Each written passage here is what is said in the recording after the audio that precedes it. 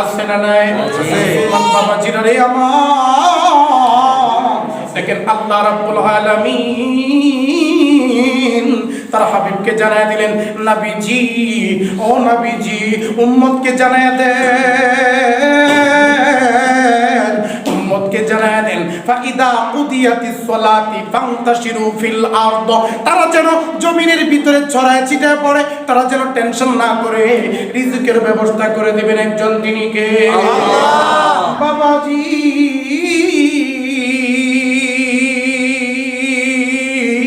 আল্লাহ রাব্বুল আলামিন একটা পাখিকে না খাওয়ায় রাখে না, কুকুরকে না খাওয়ায় রাখে না।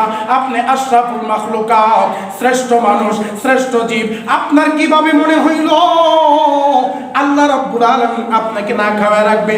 বলে না না, আল্লাহ কোনোদিন না খাওয়ায় রাখবে না, রিজিকের ব্যবস্থা করে দিবে একজন, তিনি কে? আল্লাহ। বাবাজি দেখেন না, একটা পাখি যখন সকাল বেলায় তার ঘর থেকে বের হয়ে যায়, ঘর থেকে বের হয়ে যাওয়ার সময় ওই পাখির পেটে কোনো খাবার থাকে না, পাখি ঘর থেকে বের হয়ে যায় তাওয়াক্কুল করে একজনের উপর, তিনি কে? আল্লাহ। সেটা বলেন তিনি কে? আল্লাহ। ওই পাখিটা আল্লাহর উপর তাওয়াক্কুল করিয়া যখন বের হয়ে যায়, আমার আল্লাহ ওই পাখিকে সন্ধ্যাবেলায় উদর ভর্তি করিয়া পেট ভরিয়া তার বাসায় ফিরিয়ে দেয়। জুড়ে বলি সুবহানাল্লাহ। মহান আল্লাহ সুবহানাহু ওয়া তাআলার দরবারে অসংখ্য অগণিত শুকরিয়া যে মহান আল্লাহ সুবহানাহু ওয়া তাআলা অত্যন্ত দয়া করে, মায়া করে, ভালোবেসে এই ফিতনা ফাসাদের জামানায় আমাদের কিছু সংখ্যক মুসলমান ভাইদেরকে, বাবাদেরকে, কচি কাঁচা মাসুম বাচ্চাদেরকে এই এলাকার অসংখ্য অগণিত মানুষের মধ্য থেকে যাচাই করে, বাছাই করে, নির্বাচন করে মহান রব আমাদেরকে মসজিদে আসার, বসার, তার ইবাদতের জন্য কবুল আর মঞ্জুর করেছেন।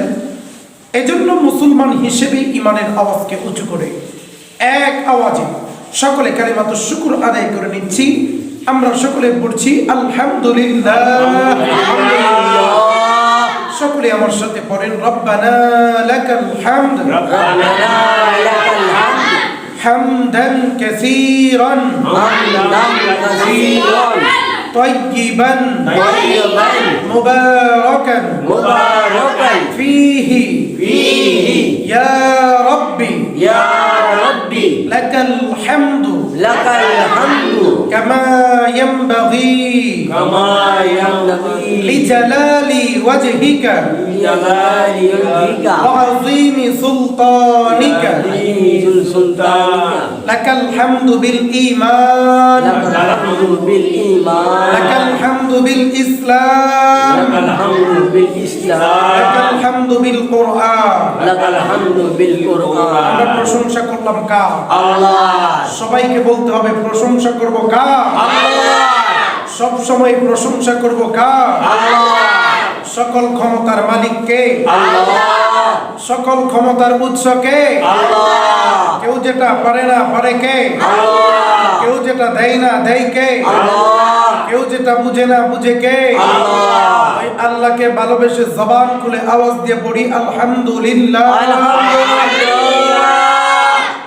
প্রশংসা সবই কেবল তোমারই রব্বুল আলামিন, প্রশংসা সবই কেবল তোমারই রব্বুল আলামিন।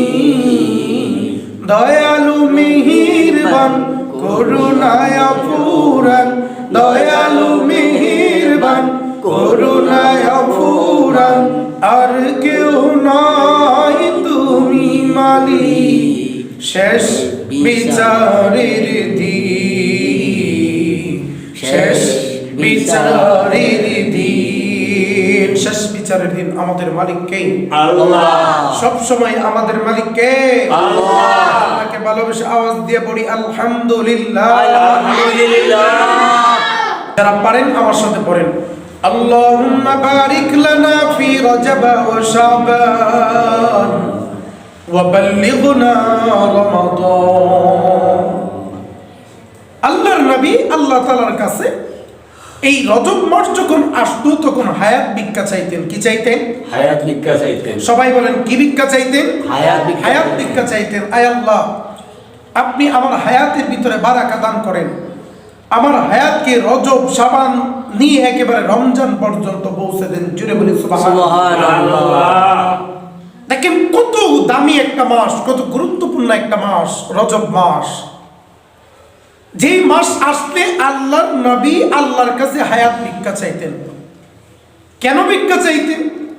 বলে রমজান এমন একটা মাস, কোনো ব্যক্তি যদি রমজানে কোনো নফল ইবাদত করে, আল্লাহ তাআলা ফরজ ইবাদত করলে যে পরিমাণ সওয়াব হয়, এই পরিমাণ সওয়াব আল্লাহ তাআলা বান্দাকে দান করে দেয়। সুবহানাল্লাহ।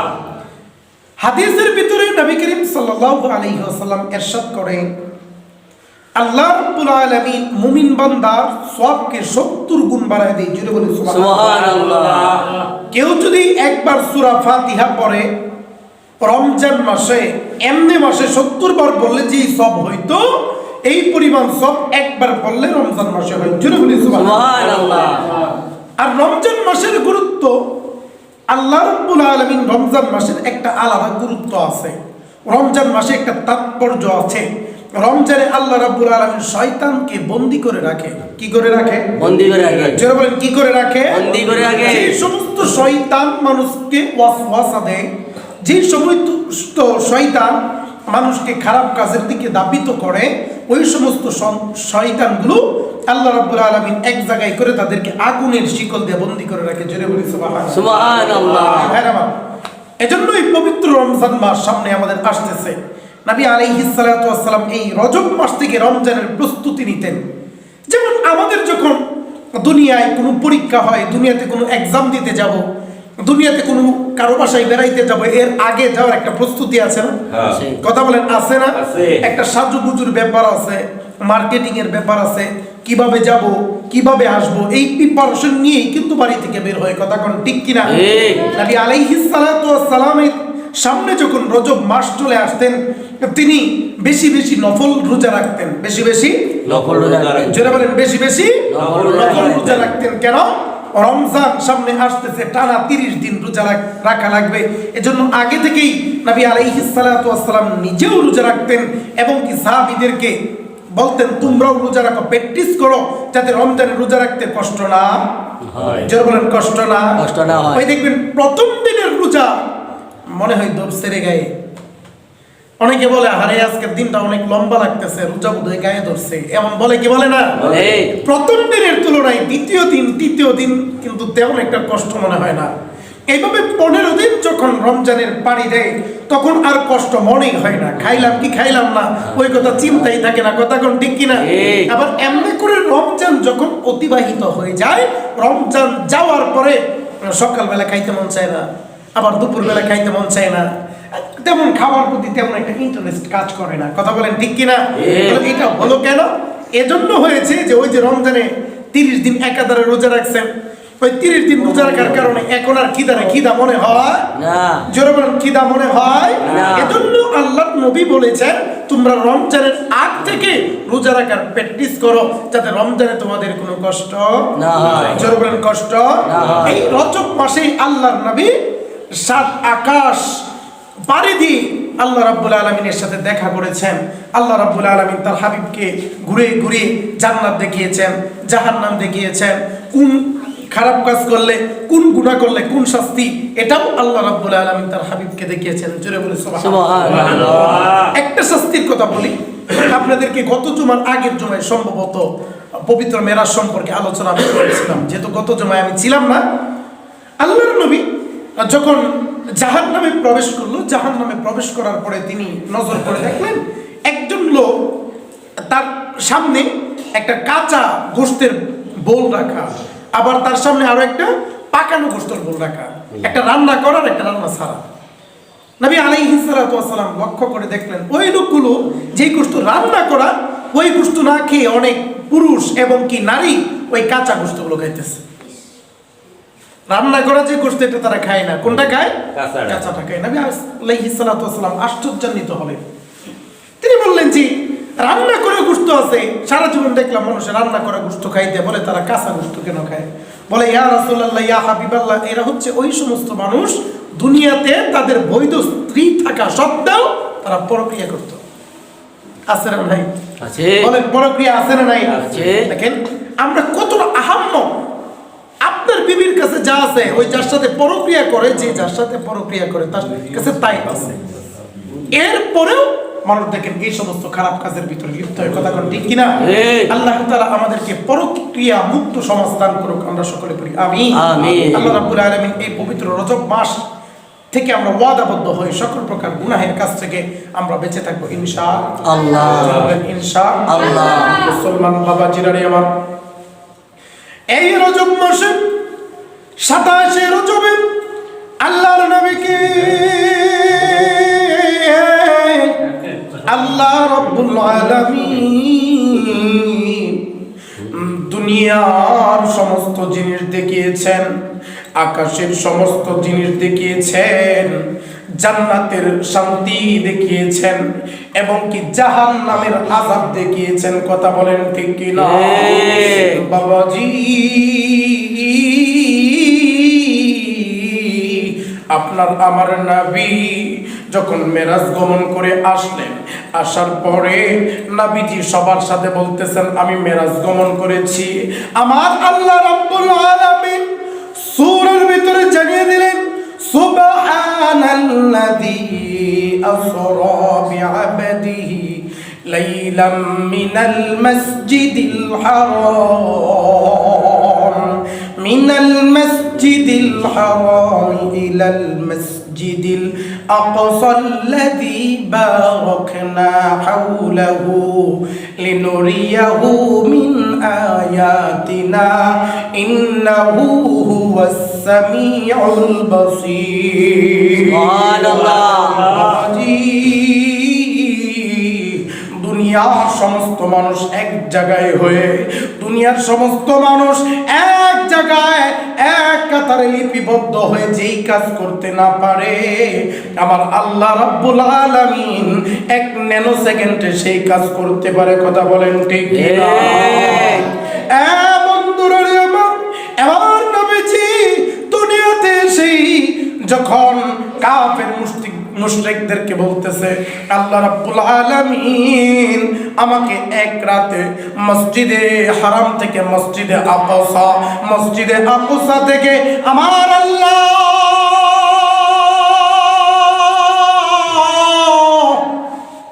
আমাকে তিনার আরশে আজিমে নিয়ে জান্নাত জাহান্নাম দেখিয়েছে।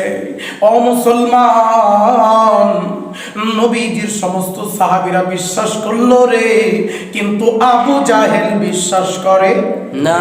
জোরে বলেন করে না। আবু জাহেল উল্টা পাল্টা প্রশ্ন শুরু করে দিল, মুহাম্মদ তুমি যা বলতেছো এটা কোনোদিন বিশ্বাস করা যায় না। এক রাতে মসজিদে আকসা থেকে মসজিদে হারাম পর্যন্ত এটা যাওয়া কোনোদিন সম্ভব হতে পারে না। আবার তুমি যেই দাবিটা করছো, আবার তুমি মেরাজ গমন করেছো, তুমি জান্নাত জাহান্নাম দেখে আসছো, এটা কোনোদিন সম্ভব হতে পারে না। এত দূরের পথ তুমি কিভাবে গেলা? মুসলমান ভাইরা রে আমার, এই কথাগুলো যখন আবু জাহেল বলতেছে, আবু জাহেলের চালাপালারা যখন এই কথাগুলো বলে, তখন নবীজির সাহাবীরা নবীজির সামনে বসা, আবু বকর তার মাঝে ছিল না। আবু বকর কাজে দূরে ছিল। এমত অবস্থায় আবু জাহেল দৌড়ায়া ওই আবু বকরের কাছে গেছে। আবু বকর কি ডাক দিয়ে বলতেছে, আরে আবু বকর শুনছনি দিনের নবী মুহাম্মদ পাগল হয়ে গেছে। জুড়ে বলি নাউজুবিল্লাহ। দেখেন তারা কি বলতো, তারা বলতো ওয়ালা বিকৌলি কাহিন, মুহাম্মদ পাগল। জুড়ে বলি নাউজুবিল্লাহ। না না না, আমার হাবিব পাগল হতে পারে না। আমার হাবিবকে আমি আল্লাহ তাআলা এত ক্ষমতা দিয়েছি, এত পাওয়ার দিয়েছি, আমার হাবিব কোনোদিন মিথ্যা কথা বলে না। জোরে বলেন বলে না। কোনোদিন মিথ্যা কথা বলে না। যদি পাগল না হয় তাহলে বলতেছে এমন কথা কেন বলে? বলে কেমন কথা? বলে দেখো তোমাদের মুসলিম ধর্মের নবী মুহাম্মদ বলে সে নাকি মেরাজ গমন করেছে। এটা কি আদৌ সম্ভব নাকি? এটা কি আদৌ সম্ভব নাকি? মসজিদে হারাম থেকে মসজিদে আকসা পর্যন্ত এক রাতে যাওয়া সম্ভব না। এবার আবু বকর বলতেছে, এই কথা কে বলছে? বলে নবী মুহাম্মদ বলছে। বলে এটা যদি নবী মুহাম্মদ বলে থাকে আমার কানে শোনার দরকার নাই, আমি এইমাত্র শুনে বিশ্বাস করে নিলাম তিনি যা বলেছে সত্য বলেছে। সুবহানাল্লাহ। এজন্যই তো তার নাম আবু বকর সিদ্দিক। আবু বকর সিদ্দিক, সাদিকুন মানে সত্যবাদী, সত্যবাদী আবু বকর। মুসলমান ভাইরা আমার, এবার আবু বকর বলতেছে এটা যদি নবী বলে সত্য বলেছে, মিথ্যা বলে না। যারা বলেন মিথ্যা বলে, মিথ্যা বলে নাই, নবী সত্যি বলেছে। বলে এত কনফিডেন্সের সাথে কিভাবে তুমি বলো? বলে এত কনফিডেন্সের সাথে কিভাবে বলি? এরে আবু জাহেল জাননি এই নবী মুহাম্মদের উপরে আল্লাহ রাব্বুল আলামিন প্রতি সেকেন্ডে সেকেন্ডে, প্রতি ন্যানো সেকেন্ডে সেকেন্ডে আল্লাহ রাব্বুল আলামিন তার আকাশের ফেরেশতা জিবরাইলকে পাঠায়া দেয়। সুবহানাল্লাহ। যে আকাশের ফেরেশতা জিবরাইল প্রত্যেক সেকেন্ডে সেকেন্ডে, প্রত্যেক ন্যানো সেকেন্ডে সেকেন্ডে নবীজির কাছে আসতে পারে, এটা অস্বাভাবিক হতে পারে না যে নবীজি এক রাতে গিয়ে আল্লাহ তাআলার মেরাজ গমন করেছেন। এটা কোনোদিন অসম্ভব হতে পারে না, এটাও সম্ভব। জোরে বলি সুবহানাল্লাহ। নবী যদি কোনো কথা বলতেন, এ মুসলমান, আবু বকর সিদ্দিক কখনো সেইটাতে সন্দেহ পোষণ করতেন না। জোরে বলেন করতেন না। নবী যা বলে গিয়েছেন সবকিছুই আমাদের জন্য ভালো। কথা বলেন ঠিক কি না? সবকিছু আমাদের জন্য ভালো। বিজ্ঞানীরা রিসার্চ করে দেখতেছে যে নবীজি যা যা করছে, নবীজি যা যা বলছে সবকিছু মানুষের উপকারের জন্য, ভালোর জন্য বলে গিয়েছে। জুড়ে বলে সুবহানাল্লাহ। রিসার্চ করে দেখতেছে যে নবীজি টয়লেট করার পরে টিস্যু পেপারের কথা বলেছেন ব্যবহার করতে, যে তোমরা যখন টয়লেট করবা টয়লেটের উপরে টিস্যু পেপার ব্যবহার করবা। এখন বিজ্ঞানীরা অনেক দিন পরে, যত দিন যাচ্ছে বিজ্ঞান তত উন্নত হচ্ছে, তারা রিসার্চ করে দেখছে কি নবী মুহাম্মদ টয়লেট করার পরে টিস্যুর কথা কেন বললেন। এবার বিজ্ঞানীরা দেখছে এই যে আমাদের হাত আছে না, হাত, এই যে হাত দেখতেছেন না, হাত গামাই কি গামাই না? দেখবেন একটু দৌড়াদৌড়ি করলে হাতের তালু গামাইতেছে, এমনি কিন্তু হাত দেখা যায় একেবারে ক্লিয়ার, ঠিক না? কিন্তু যখন মাইক্রোস্কোপ যন্ত্র দিয়ে দেখবেন, এটা অনুপীক্ষণ যন্ত্র দিয়ে দেখবেন, দেখবেন হাতের ভিতরে অজস্র অগণিত ছিদ্র আছে না নাই? কথা বলেন আছে না নাই? নবীজি বলেন, ওরে আমার উম্মত, তুমি যদি টয়লেট পেপার ব্যবহার না করে, টিস্যু ব্যবহার না করে, শুধু পানি ব্যবহার করো, সরাসরি লাগিয়ে ফেলো, তুমি যখন ব্যবহার করলা, ব্যবহার করার পরে তোমার হাতের এই ছিদ্রগুলো দিয়ে ময়লাগুলো ঢুকে, কি করে? কি করে? ময়লাগুলো হাতের ছিদ্র দিয়ে ঢুকে। যখন ময়লাগুলো ঢুকে, যখন তোমার আবার হাতে যে গামাইতেছে না, হাত যখন গামাই তখন এই ময়লাগুলো বাইর হয়। তুমি কখনো এই হাত মুখে দাও, আবার কখনো ভাত খাইতে যাও, নবীজি বলেন তুমি যদি টয়লেট পেপার ছাড়া তুমি টয়লেট করো, এরপরে যদি তুমি ঘরে গিয়ে ভাত খাও, ভাত খাওয়ার সময় যদি হাত গামাই, ওই যে ময়লাগুলো যে ভিতরে ঢুকছিল ওই যে খাওয়ার সময়গুলো বাইরে হয়েছে। এর মানে এই ভাত খাওয়া মানে আর পায়খানা খাওয়ার সময়। কথা বুঝতে পেরেছেন? এজন্য নবীজি টয়লেট পেপারের কথা বলেছেন। এবার দেখেন ইহুদিরা কতটা অ্যাডভান্স, যখন তারা দেখলো এটা আমাদের শরীরের জন্য উপকার, ইহুদিরা এবার টয়লেট করে, তারা টয়লেট পেপার ব্যবহার করে, তারপরে পানি ব্যবহার করে। অথচ আমরা আজ পর্যন্ত অনেক মুসলমানকেও দেখা যায় যে টয়লেটের ভিতরে টয়লেট পেপার নাই। আছে না নাই? কথা বলেন আছে না নাই? এজন্য নবী যা বলেছেন সবকিছুই আমাদের ভালোর জন্য বলেছেন। কথা বলেন ঠিক কিনা? এবার বিজ্ঞানীরা রিসার্চ করে দেখতেছে যে নবীজি মেসওয়াকের কথা বলেছেন উম্মতের ভালোর জন্য, নবীজি দাড়ি রাখার কথা বলেছেন উম্মতের ভালোর জন্য, নবীজি নামাজের কথা বলেছেন উম্মতের ভালোর জন্য। বিজ্ঞানীরা রিসার্চ করে দেখছে যে কোনো ব্যক্তি যদি দৈনিক 3 দিন 5 ওয়াক্ত প্রতিদিন নামাজ ঠিকমতো আদায় করে, তাহলে বড় বড় রোগ তাকে কখনো স্পর্শ করতে পারে না। জোরে বলেন পারে না। নামাজ একটা ব্যায়াম হয়ে যায়। কি হয়ে যায়? যেরকম কি হয়ে যায়? বাড়িতে সময় নিয়ে এইভাবে ব্যায়াম করলে আপনারা বলবে পাগল, কিন্তু মসজিদে আয়েশা যদি আপনি এইভাবে করেন আপনাকে বলবে মানুষ আল্লাহ ওয়ালা। কথা কোন ঠিক কিনা? আপনার শরীরও ভালো থাকলো, ব্যায়ামও হইলো, নামাজও হইলো, দুনিয়াও ঠিক রইলো, আখিরাতও ঠিক রইলো। কথা বলেন ঠিক কিনা? এজন্য প্রিয় বাচ্চারা আমরা 5 ওয়াক্ত নামাজ সময় মতো পড়বো, পারবো তো ইনশাআল্লাহ? পারবো তো ইনশাআল্লাহ? বিজ্ঞানীরা দেখছে যে নবীজি মেসওয়াক করার কথা বলেছেন উম্মতের ভালোর জন্য, উপকারের জন্য। নবীজি বলেছেন মেসওয়াক করলে কি হয়? মুখ থেকে দুর্গন্ধ দূর হয়, দাঁত মজবুত করে দেন কে? আল্লাহ। জোরে বলেন কে?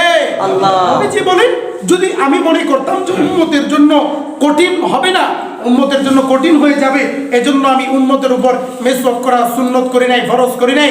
যদি আমি দেখতাম না উম্মতের কোনো কষ্ট না হইতো, তাহলে আমি প্রত্যেক ওয়াক্তে নামাজের আগে উম্মতের জন্য মেসওয়াক করা আমি নবী ওয়াজিব করিয়ে দিতাম। জোরে বলি সুবহানাল্লাহ। মেসওয়াক করার ফায়দা আছে। মেসওয়াক করার এক নাম্বার ফায়দা, কোনো ব্যক্তি যদি প্রতিদিন 5 ওয়াক্ত নামাজের শুরুতে মেসওয়াক করে, আল্লাহ রাব্বুল আলামিন ওই ব্যক্তি যখন মৃত্যুবরণ করবে তার মুখে কালেমা নসিব করে দিবে। জোরে বলি সুবহানাল্লাহ। আর কোন ব্যক্তির মুখ দিয়ে যদি মৃত্যুর সময় কালেমা নসিব হয়ে যায়, তার স্থান কোথায় জানেন? জান্নাত। জোরে বলেন জানেন?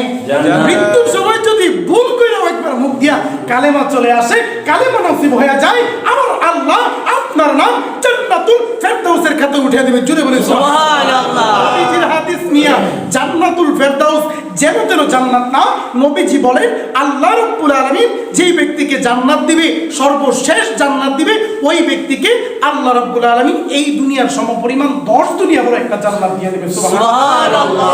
কল্পনাই করতে পারবেন না কি জান্নাত আপনার জন্য আল্লাহ তাআলা বানায় রাখছে। ওই জান্নাতের জন্য পাগল হন। এই দুনিয়া আজকে আছে, কালকে নাও থাকতে পারে। আজকে আপনি টাকার মালিক, আপনি আজকে ক্ষমতার মালিক, আজকে আপনার ক্ষমতার অভাব নাই, টাকার অভাব নাই, কোনো কিছুর অভাব নাই। এমন হতে পারে 1 মাস পরে আল্লাহ তাআলা আপনাকে একেবারে সবকিছু শেষ করে রাস্তার ফকির বানায় রাস্তার ভিতরে নামাই দিতে পারে কি পারে না? পারে। বলেন পারে কি পারে না? ওই আল্লাহর উপর ভরসা রাখতে হবে যে জান দিছে আল্লাহ, মাল দিছে আল্লাহ, সবকিছু আমার আল্লাহর। আমি দুনিয়াও ঠিক রাখবো, আখিরাতও ঠিক রাখবো। এমন অনেক ব্যক্তি আছে দুনিয়া ঠিক রাখতে গিয়া আখিরাতকে নষ্ট করছে, আবার এমন আছে আখিরাত ঠিক রাখতে গিয়া দুনিয়ার কোনো খবরই নেই।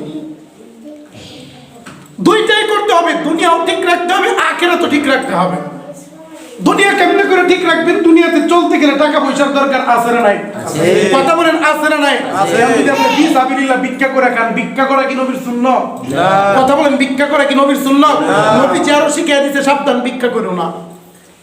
এক লোক নবীজির কাছে আসছে, আসার পরে বলতেছে ইয়া রাসূলুল্লাহ, ইয়া হাবিবাল্লাহ, ইয়া মুহাম্মদ মুরলি মিন মালিল্লাহ, আল্লাহর রাস্তায় কিছু দেন। নবীজি বলতেছে কি আছে বাড়ির ভিতরে? বলে চাদর আছে। কয় চাদর নিয়ে আসো। চাদর বেচে কুটার কিনো, চাদর বিক্রি করে তুমি কোরাল কিনো, কোরাল কিনা যাও জঙ্গলে যাও, কাঠ কাইটা খাও, ভিক্ষা করার দরকার নাই। স্বাবলম্বী করে দিবেন কে? আল্লাহ। ভিক্ষারে বুঝি বানাইছে, আছে না নাই? আছে। কথা বলেন আছে না নাই? আছে। আমি কিছুদিন আগে ঢাকা গিয়েছিলাম, 3-4 মাস আগে। ওই যে গেলাম যখন, এক লোকে বলতেছে তার মেয়ের বিয়া, নজর দেন। আমি মায়া লাগলো, 50 টাকা দিলাম। তো ওই দিন আইতেছি আবার কই মায়ের বিয়া। আমি বললাম 3 মাস হয়ে গেছে, অনেকে মায়ের বিয়া হয় না, হয় কি হয় না? 3 মাস হয়ে গেছে, বলছে আগামী সোমবারে মাইয়ার বিয়া। তাহলে আমি বৃহস্পতিবার দিন সকাল সকাল আইসে জাগা মাইয়ার বিয়া, যেহেতু 50 টাকা দিলাম খুশিয়া। 3 মাস হয়েছে যাত্রাবাড়ি আবার বাসে সেম লোক সেম কথা বলেছে, সামনের সোমবারে নাকি মাইয়ার বিয়া। কেমনটা লাগে? এমন কিছু বাটপার আছে না নাই?